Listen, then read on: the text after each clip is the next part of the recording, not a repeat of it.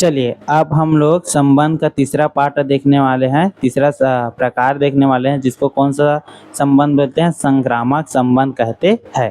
तो जिस प्रकार से हम लोग स्वतुल्य संबंध देखे, सममित संबंध देखे, उसी प्रकार अब क्या देखेंगे, संक्रामक संबंध देखेंगे कि ये क्या होता है।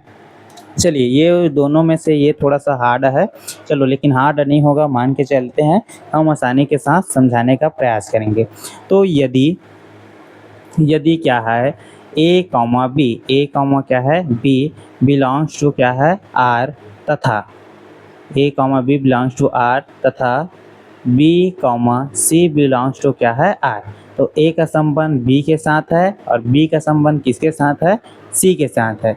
तो अगर ऐसे है और जिसके, तो ए का संबंध किसके साथ आ जाता है, सी, मतलब ए कॉमा सी बिलोंग टू क्या हो जाता है आर। तो इस प्रकार का जो संबंध रहेगा उसको कौन सा संबंध बोलेंगे, संक्रामक संबंध कहेंगे। मतलब अगर ए का संबंध बी के साथ है, बी का संबंध सी के साथ है, तो अगर ए का संबंध सी के साथ आता है उसको कौन सा संबंध बोलेंगे, संक्रामक संबंध बोलेंगे। क्या बोला जा रहा है, अगर ए का संबंध किसके साथ है, बी के साथ है, और बी का संबंध किसके साथ है, सी के साथ है, तो अगर ये ए का संबंध किसके साथ आ जाता है, सी के साथ होता है, तो इसको क्या बोलेंगे, संक्रामक संबंध बोलेंगे। लेकिन अगर ये क्या हो जाए, ए का संबंध किसके साथ है, बी के साथ है, और बी का संबंध किसके साथ है, सी के साथ है, लेकिन ए का संबंध किसके साथ नहीं होता है, सी के साथ नहीं रहता है, तो इस संबंध को हम लोग संक्रामक संबंध नहीं कहेंगे। एक और आता है, और कब बोल सकते हैं संक्रामक संबंध, उसको समझो। तो ए का संबंध किसके साथ है, बी के साथ है, और बी का संबंध और अगर किसी के साथ भी नहीं है, ए का संबंध बी के साथ है और बी का संबंध और किसी के साथ नहीं होता है, तो इस प्रकार के संबंध को भी हम लोग कौन सा संबंध बोलेंगे, संक्रामक संबंध कहेंगे। चलिए एग्जाम्पल के जरिए समझते हैं। तो इसके लिए एक समुच्चय ले लेते हैं ए, और दूसरा समुच्चय भी क्या ले लिए, ए। यहाँ का एलिमेंट ले लेते हैं 1 2 और कितना ले लिए 3, यहाँ भी ले लेते हैं 1 2 और कितना ले लिए 3। अब यहाँ पास एक संबंध दर्शा देते हैं। तो मान लेते हैं 1 का संबंध किसके साथ है, 2 के साथ है, और 2 का संबंध किसके साथ है, 3 के साथ है। तो और एक और बुला लेते हैं, क्या 1 का संबंध किसके साथ है, 3 के साथ है, और 3 का संबंध किसके साथ है, मान लेते हैं 3 के साथ है। तो अगर इसका गणितीय रूप लिखेंगे तो r बराबर क्या मिलेगा, तो 1 का संबंध किसके साथ है, 2 के साथ, तो 1 का संबंध किसके साथ हो गया, 2 के साथ, 2 का संबंध, उसके बाद 1 का संबंध किसके साथ हो गया, 2 के साथ, 2 का संबंध किसके साथ है, 3 के साथ, 2 का संबंध किसके साथ है, 3 के साथ, और 1 का संबंध भी किसके साथ है, 3 के साथ, 1 का संबंध भी किसके साथ है, 3 के साथ, और एक और है क्या, 3 का संबंध किसके साथ है, 3 के साथ। तो हमको जो समान होता है उसको देखना नहीं है, हम लोग इधर देखेंगे कि ये जो संबंध है वो आपका संक्रामक संबंध दर्शा रहा है कि नहीं दर्शा रहा है उसको।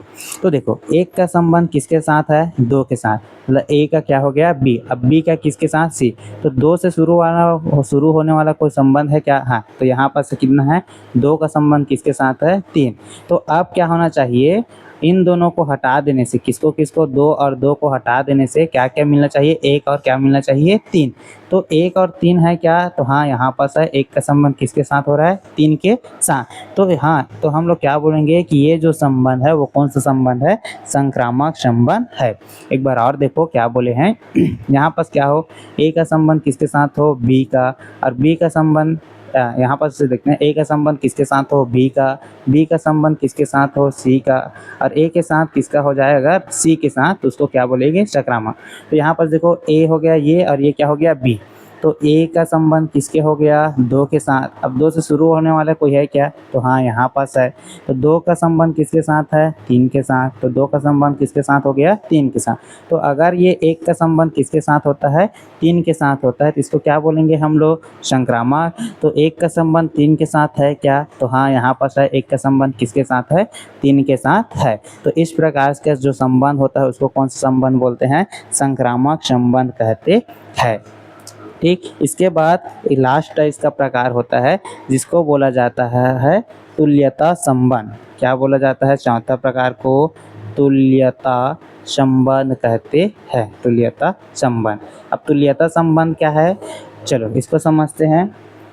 तो ऐसे रिलेशन या ऐसे संबंध जो क्या क्या दर्शाता है, वह स्वतुल्य संबंध भी दर्शाता है। कौन सा संबंध?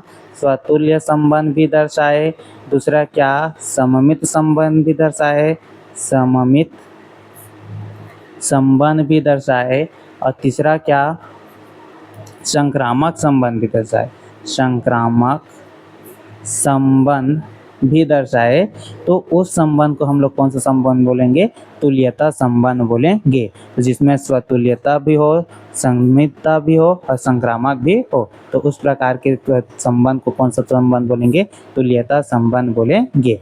अगर हमारा ये क्लास आपको समझ में आया होगा, अच्छा लगा होगा, तो वीडियो को लाइक करें और कमेंट में एक दिल जरूर भेजें। धन्यवाद।